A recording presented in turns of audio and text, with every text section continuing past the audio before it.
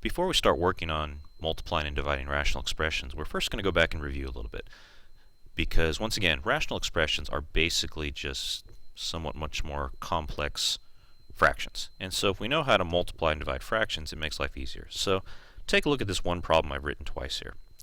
Now, multiplying fractions is basically this process that we've learned to multiply the numerators together, multiply the denominators together, get an answer, and then reduce that answer.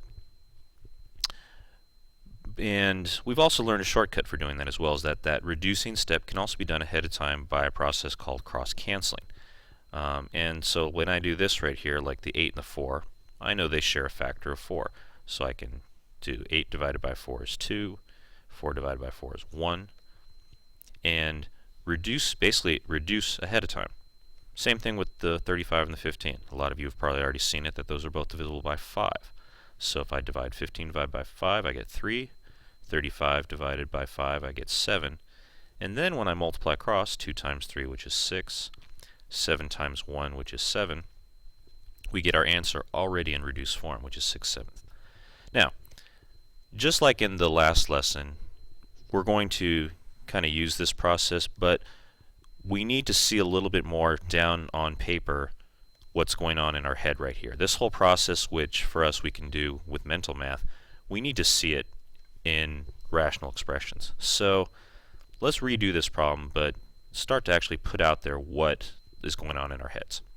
So for example, I started off with the 8 and the 4 because I knew there was a factor of 4 in both of those. So what's going on in my head is I'm actually taking that problem and saying, okay, 8 is really 4 times 2. I'm breaking it up into its factors, because that way this factor of 4 will cancel out with this factor of 4 down here.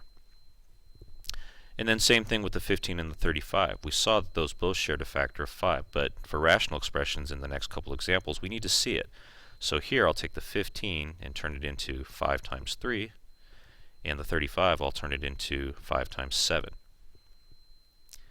So back in the day, you would probably skip this step. This part is what's going on in your head, and it's not really going down on paper. But for the complexity of what we're going to do today, we want to be seeing this step. So your first step will be to factor things. Break it down so that then you can go through and go, oh, okay, 4 and 4 are common factors. We can cross-cancel the 5 and the 5, and then we show our answer.